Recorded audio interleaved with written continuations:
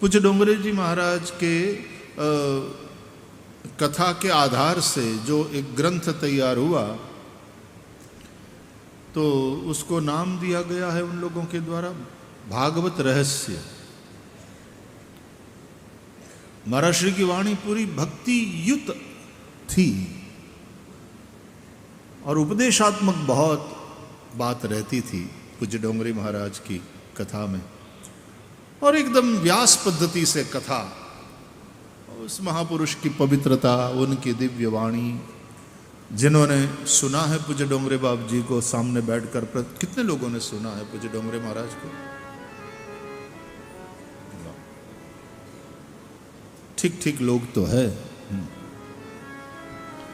मुझे भी कई बार अवसर मिला, और एक बार तो श्री नर्मदा जी के तट पर मालसर में, जहाँ पूज्य डोंगरे बाबू जी प्रति पौष कृष्ण यानी आपके हिसाब से माघ कृष्ण में कथा सुनाते थे वहाँ सत्यनारायण मंदिर में।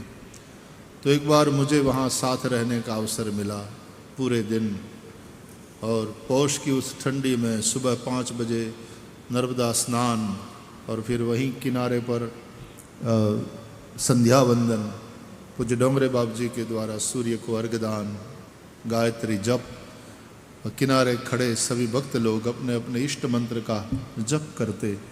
फिर सब लोग अपना पूजा नित्य क्रम जो भी करके, और फिर थोड़ा जो भी जलपान सुबह करना होता था वो करके, और फिर 9:30 पौने 10 बजे से कथा प्रारंभ होता। और 2 सत्र में कथा कर रहे थे महाराज जी उस वक्त।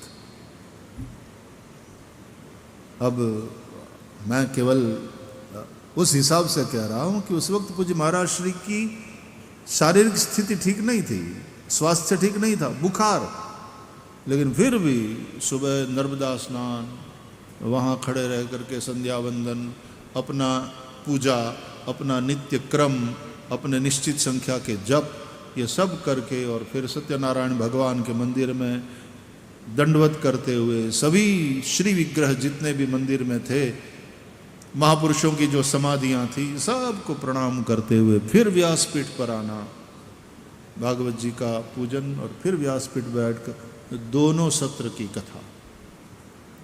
संध्या आरती के बाद, भागवत जी की आरती के बाद नीचे उतरकर यजमान और सब लोगों के साथ महामंत्र का संकीर्तन करते हुए परिक्रमा लगाना, व्यासपीठ की, और व्यासपीठ की नहीं, इधर इतने भागवत पाठक, भागवत का पाठ करने वाले भूदेव इस तरफ, तो पूरा एक लंबी परिक्रमा और संकीर्तन करते करते। क्या उन महापुरुष की निष्ठा, नियम, संयम, तो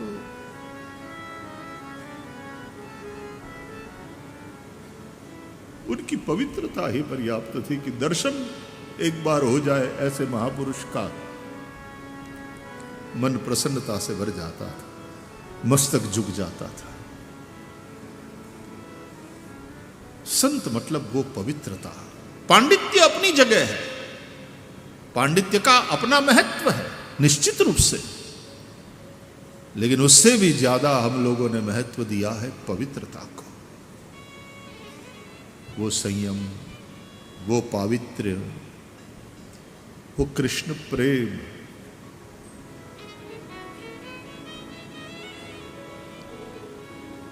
संत न हो तो संसार में तो जली जात ब्रह्मांड।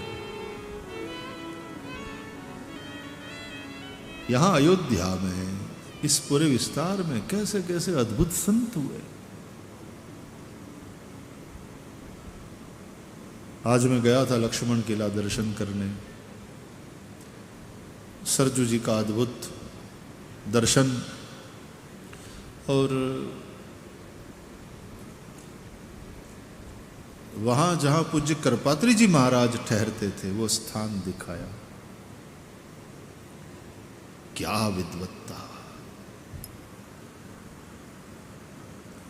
क्या तो अद्भुत सरस्वती की कृपा, क्या प्रांजल भाषा।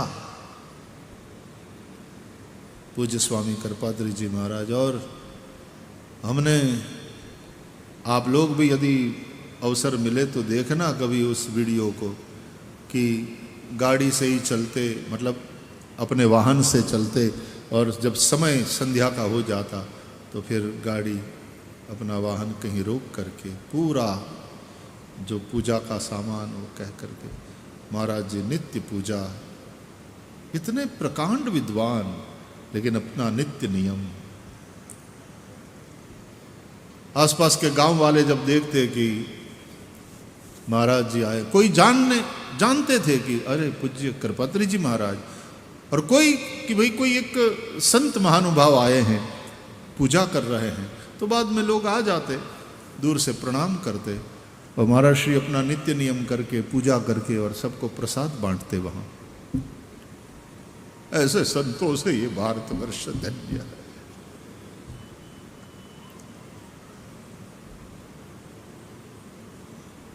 पूज्य उड़िया बाबा महाराज का जिन्होंने दर्शन किया होगा, पूज्य स्वामी अखंडानंद जी महाराज, पूज्य आनंदमयी माँ, प्रभुदत्त ब्रह्मचारी जी, पूरी एक पीढ़ी। पूज्य लक्ष्मण किलाधीश जी का दर्शन, और वे कृपा करके वाराणसी में मुझे कथा सुनाए। फिर तो उनका स्वास्थ्य ठीक नहीं था, तथापि 15-20 मिनट कृपा करते थे और मुझे कम से कम इतना संतोष तो हो गया कि पूज्य लक्ष्मण किलाधीश जी का मैंने न केवल दर्शन किया, मैंने उनसे कथा भी सुनी।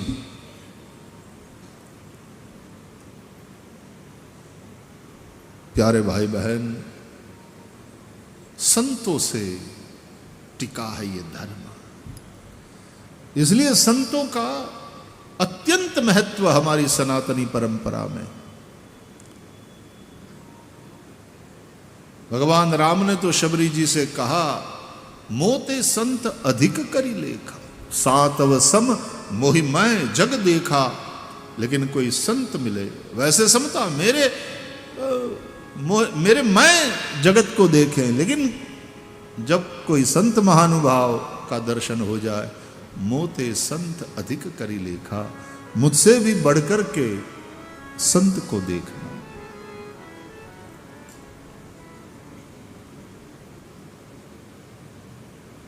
संत सब जगह सब समय में है, बस हमारे भाग्य यदि हो तो हम जाएं,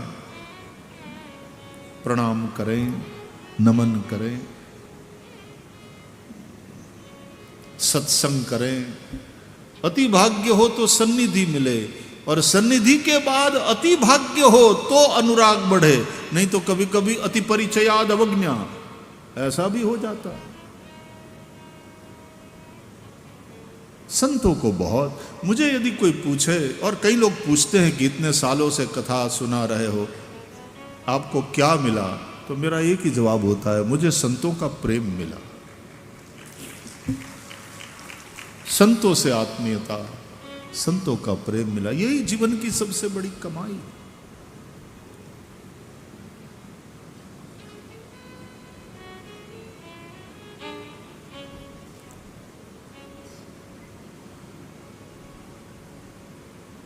संत न हो, सत्संग न हो तो कथा ही संभव नहीं। बिनु सत्संग न हरि कथा, ता बिनु मोह न भाग, मोह गए बिनु राम पद, होई न दृढ़ अनुराग। अब तो पूज्य कृपाशंकर जी का भी शरीर नहीं रहा, लेकिन उसके पूर्व जब आया तो उनका स्नेह क्या पकड़ पकड़ करके बैठाते थे, अपने पुस्तक देते थे।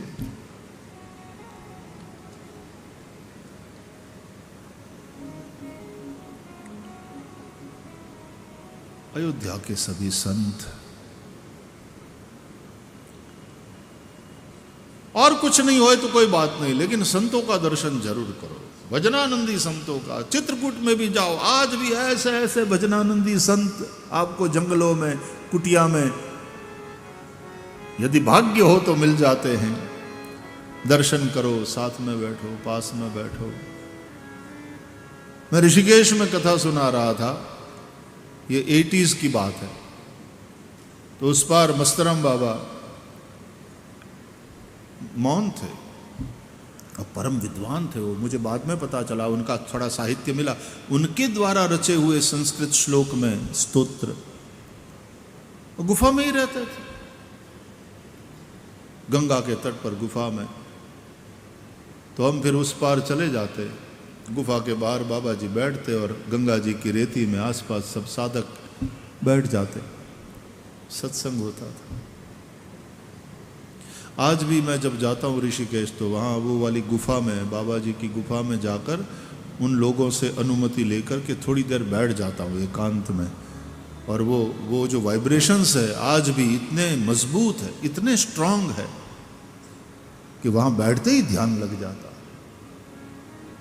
चित्रकूट में जाओ, हमारे पूज्य रणछोड़ दास जी बापू वे जहाँ रहे, उन्होंने बहुत भजन किया चित्रकूट में। तो संत जहां रहे हैं, बसे हैं, जहां उन्होंने भजन किया है, वो तीर्थ है हमारे लिए।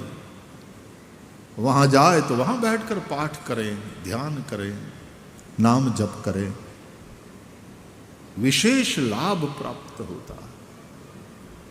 मोते संत अधिक करी लेख। तो चारों भाइयों का नामकरण हुआ।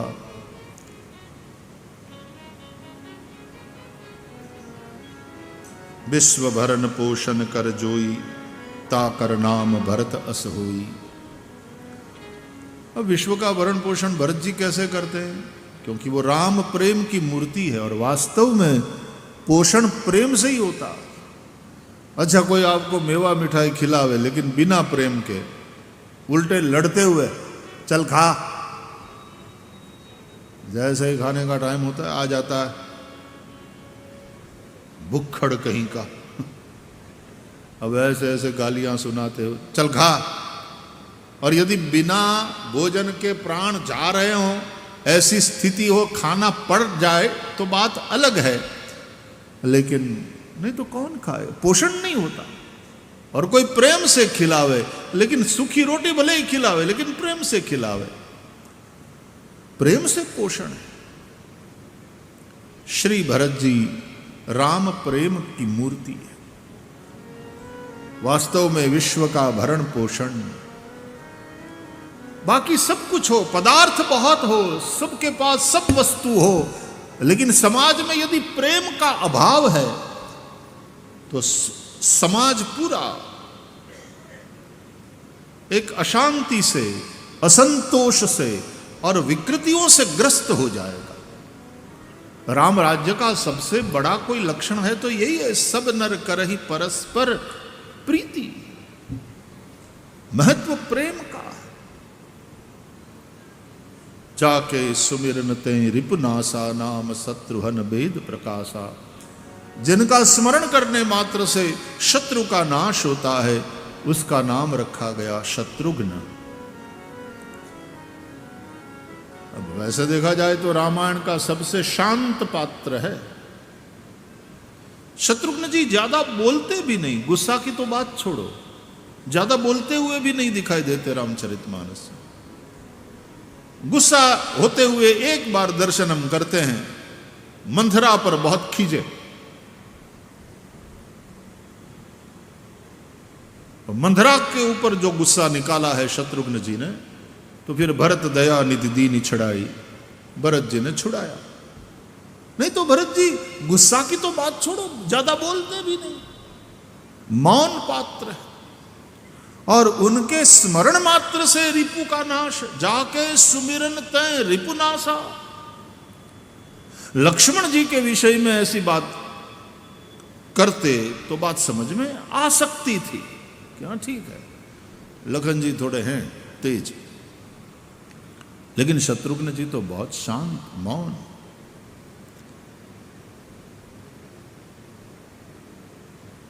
तो जो वशिष्ठ बाप जी ने कहा है उसका क्या भाव है कि जाके सुमिरन ते रिपुनासा।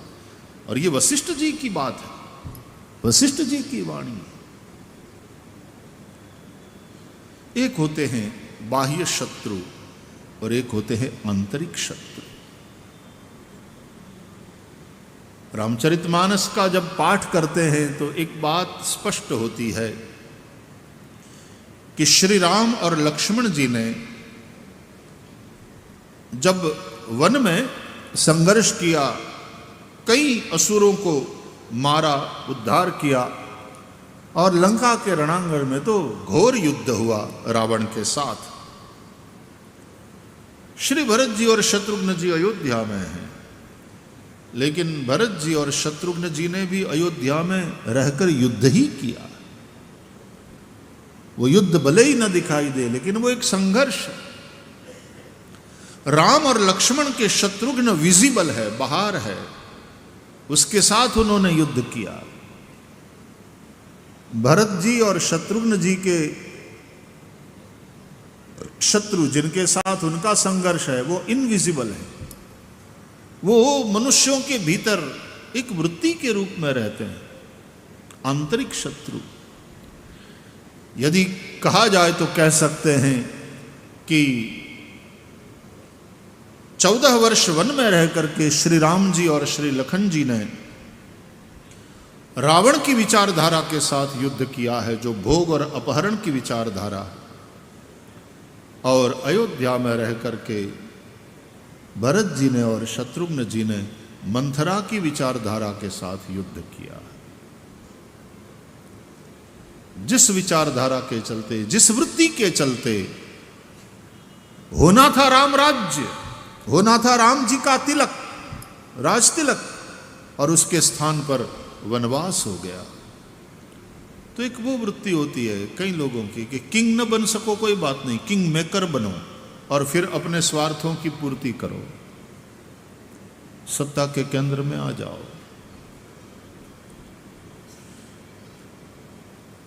यहां रह करके शत्रुघ्न जी ने, भरत जी ने मंथरा की उस विचारधारा के साथ संघर्ष किया।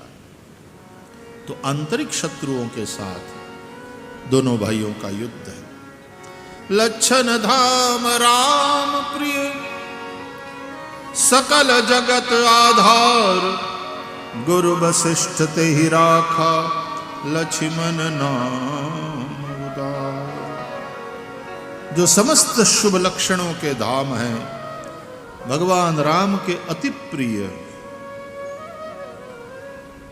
और जिनको श्री राम अति प्रिय है, और सकल जगत के जो आधार है, शेष, वशिष्ठ जी ने उनका नाम रखा लक्ष्मण। धरे नाम गुरु हृदय विचारी, वेद तत्व नृप तव सुतचारी। वशिष्ठ जी ने कहा, हे राजन, तुम्हारे ये चारों पुत्र वेद तत्व है। और वेद तत्व श्रीमद् भागवत के अनुसार भी देखें तो वदन्ति तत्त्वविदस्तत्वं यज्ञानम अद्वयम ब्रह्मेति परमात्मेति भगवान इति शब्दते। ये परब्रह्म ही है। तो वही वेद का तत्व 4 रूपों में प्रकट हुआ है। श्याम गौर की 2 सुंदर जोड़ी भगवान के सौंदर्य का वर्णन किया है। भगवान की कुछ बाल लीलाओं का गायन किया तुलसीदास जी ने। एक बार जननी अनवाए, करि सिंगार पलना पौढ़ाए, निज कुल इष्ट देव भगवाना, पूजा हेतु कीन स्नाना, करी पूजा नैवेद्य चढ़ावा, आप गई जहाँ पाक बनावा, बहुरी मात तहवा चली आई, तो भोजन करत देख सुत जाई। श्रीरंग भगवान आराध्य हैं। पूजा करी, भोग लगाया प्रभु को। कोई एक चीज रह गई होगी तो रसोई में गई माँ, आकर के कौशल्या जी देखती हैं तो जिन श्री राम जी को पलना में पौढ़ाया था, वे मंदिर में भगवान को लगे भोग से अपने नन्हे नन्हे हाथों से लेकर के अरोग रहे थे। आश्चर्य हुआ कि मैंने तो सुलाया था पलना में, यहाँ कैसे? दौड़ कर गई तो देखा बाल तहाँ पुनि सूता, वहाँ सोए हुए रामलला का दर्शन किया। फिर भागकर यहाँ आई तो राम जी अरोग रहे हैं, माँ को देख रहे हैं। यहाँ वहाँ दुई बालक देखा, मति ब्रह्म मोर की आन बिसेखा। क्या है ये? भगवान ने देखा कि माता अकुलाई है, तब प्रभु हंसी दीन मधुर मुस्कानी। प्रभु की वो भुवन मोहिनी मुस्कान। और फिर क्या हुआ? बोले देख रावा मात ही निज अद्भुत रूप, अखंड रोम रोम प्रतिलागे कोटि कोटि ब्रह्मंड। वो विराट रूप अपना दिखाया, जिसके रोम रोम में कोटि कोटि ब्रह्मांड। तो मैं कई बार कहता रहता हूँ कि आजकल विज्ञानी मल्टी यूनिवर्स थियरी पर काम करते हैं, लेकिन देखिए हमारे रामायण को, जिनके रोम रोम में कोटि कोटि ब्रह्मांड, ये तो मल्टी यूनिवर्स की बात हुई। हमारे शास्त्रों में तो है ही है ये पहले से कि ब्रह्मांड एक थोड़ी है, अनेकों ब्रह्मांड की बात है। और भगवान के एक एक रोम में कोटि कोटि ब्रह्मांड। वो रूप दिखाया। मां शिशु भाव में उस रस में इतनी डूब गई थी कि उन्होंने शत्रुपा के रूप में भगवान से जो वरदान मांगा था, मनु शत्रुपा ने तपस्या किया है, भगवान प्रसन्न हुए हैं। वर मांगने के लिए कहा तो कहा कि चाहहु तुम ही समान सुत प्रभु सन कवन दुराओ। आपके समान पुत्र चाहिए। हम लोग कथा जानते हैं, कई बार सुन चुके हैं, कई बार हमने पाठ किया है। भगवान ने कहा मनु शत्रुपा से कि आप उस सरिस खोजों कहाँ जाई, मेरे समान तो कोई, तो भगवान से अधिक तो कैसे कोई हो सकता है, भगवान के समान भी कोई नहीं। तो आप उस सरिस खोजों कहाँ जाई, नृप तव तनय होब में आई। इसलिए हे राजन, मैं ही आपका पुत्र बनकर आऊंगा। प्रसन्न हुए। फिर शत्रुपा जी से पूछा आप क्या चाहती हैं। पति पत्नी दोनों साथ मिलकर के गोमती के तट पर द्वादशाक्षर मंत्र का जप करते हुए मिलकर के तपस्या किए। देखें तो दोनों के मनोभाव एक है कि अलग अलग है। आप क्या चाहती हैं? तो शत्रुपा जी ने कहा कि मेरे पति ने जो मांगा है उसमें विशेष लाभ तो मुझे मेरा दिखाई दे रहा, मुझे विशेष लाभ प्राप्त होने वाला। आप मेरे द्वारा प्रकट होंगे, आप मेरी गोदी में खेलेंगे, तो विशेष लाभ मेरा। छोटा बालक जितना पिता के पास नहीं रहता उतना माता के पास ज्यादा रहता। लेकिन आपने पूछा है प्रभु, तो मैं एक विशेष बात मांग लेती हूं। क्या? बोले आप जब पुत्र बनकर आवे तो भी मुझे स्मरण रहना चाहिए कि आप परब्रह्म परमात्मा हैं, आप नारायण हैं।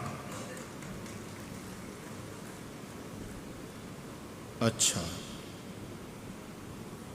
वात्सल्य भाव में गड़बड़ नहीं होगी, वो महात्म्य ज्ञान सतत रहेगा। गोपियों को भी महात्म्य ज्ञान है, इसलिए तो गोपी गीत में न खलु गोपिका नंदनो भवान अखिल देहि नामंतरात्म दृक् विखन सार्थितो विश्वगुप्तये सख उदेयवान सात्वताम कुले। जानती हैं वो कोई यशोदा के हैंडसम छोरे के प्रेम में लट्टू नहीं हुई है। जानती हैं कि ये साक्षात नारायण है, अखिल देहि नाम अंतरात्म दृक्।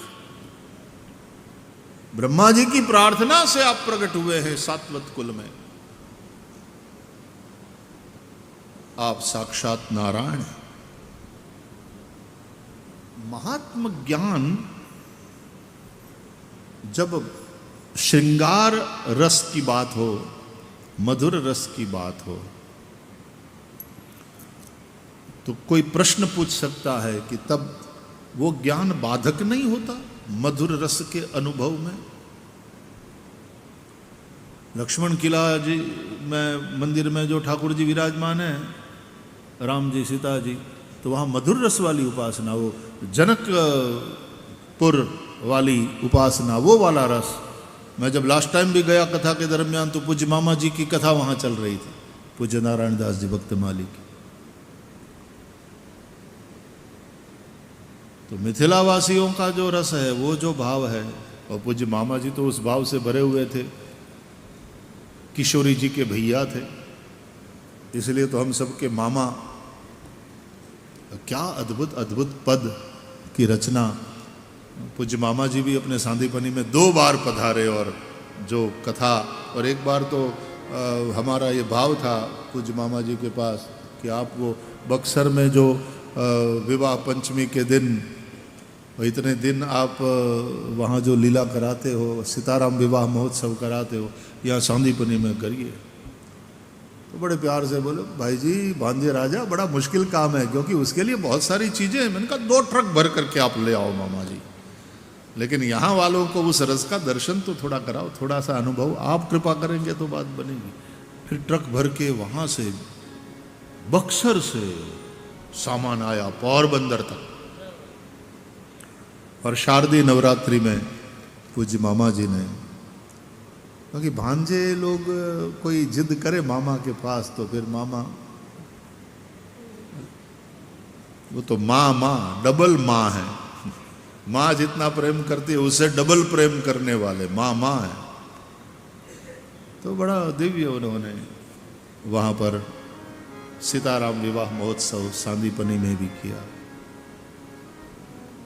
पूज्य मामा जी के लेखनी से अनेक पद, और 2 बार मैंने भी वहाँ बक्सर में जाकर के कथा सेवा करी। एक बार पूज्य मामा जी की उपस्थिति में ही, और एक बार पूज्य मामा जी का शरीर छूट गया उसके बाद भी। तो सीताराम विवाह महोत्सव में जब हम रात में बैठते, दिन में कथा सुनाता, रात में लीला में बैठते, और पूज्य मामा जी खुद ही, और फिर वहाँ जो गालियाँ सुनाई जाती है तो ऐसी ऐसी गालियाँ सुनाते थे, और हंसी तो छूटती है स्वाभाविक रूप से। तो फिर कहते थे, देखो बाप को गाली पड़ रही है और ये लोग हंस रहे हैं। और उसके साथ साथ जो भी कहते थे उसके शास्त्रीय प्रमाण के साथ कहते थे कि भाई जी ऐसी बात नहीं है, शास्त्र में प्रमाण है, देखो कह करके। फिर से कहता हूं, धन्य है भारतवर्ष ऐसे संतों से। पूज्य गोपालाचार्य जी महाराज, वे भी पधारे सांदीपनी में, और शारदीय नवरात्रि में उन्होंने भी कथा सुनाई। मामा जी की कथा संगीत के साथ, पूज्य गोपालाचार्य जी महाराज के साथ कोई संगीत वंगीत नहीं, लेकिन क्या वर्णन करते थे, क्या अद्भुत दृश्य खड़ा करते थे। तो इनको मामा जी कहता था, मैं पूज्य नारायण दास जी भक्तमाली जी को, तो पूज्य गोपालाचार्य जी महाराज को मैं ताऊ जी कहता था। मैंने कहा ना, मुझे संतों का प्रेम बहुत मिला। इनको मामा जी कहता था, तो उनको ताऊ जी, क्योंकि वो राम जी के भी बड़े भाई। सीता जी घूंघट निकाल ले, इसलिए सामने जब वो विराजमान होए तो सीता जी बिल्कुल यूं ऐसे कर, क्योंकि ताऊ जी बैठे हैं। संतों का क्या क्या भाव होता है। आज भी वो प्रसंग याद है, नहीं, वो हनुमान जी किस तरह से विमान बना करके, और रामचरितमानस में न सुना हो, हमने वाल्मीकि रामायण में न सुना हो, ऐसे ऐसे अद्भुत प्रसंग कहां कहां से ला करके, कंबन से और दक्षिण के कई ग्रंथों से ला करके इस तरह से रखते थे। तो कोई संगीत वंगीत नहीं, लेकिन क्या अद्भुत दृश्य खड़ा करते थे पूज्य गोपालाचार्य जी में। दिव्य महापुरुष।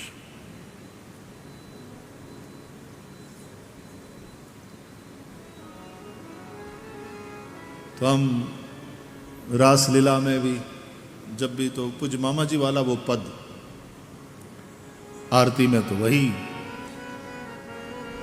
दिव्य दंपति की आरती उतारो है अली, दिव्य दंपति की आरती उतारो है अली, राजे नंद जू के लाल वृषभान की लली, राजे नंद जू के लाल वृषभान की लली, दिव्य दंपति की आरती उतारो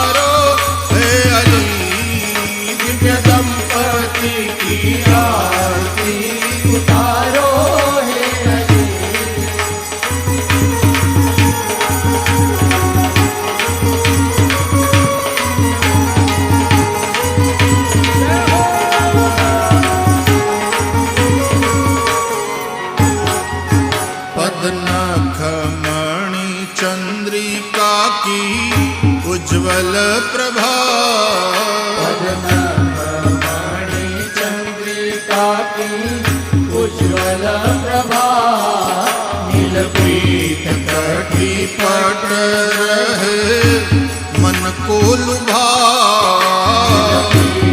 कटी पट रहे मन को लुभा कटी कौंधनी की शोभा अति लगती भली कटी कौंधनी की शोभा अति लगती भली दिव्य दंपति की आरती उतारो है अली दिव्य दंपति की आरती उतारो हे हरि।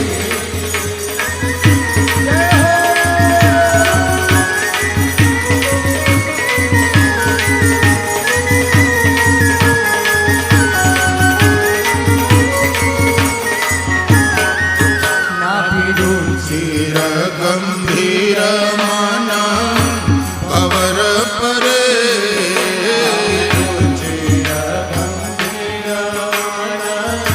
भंवर परे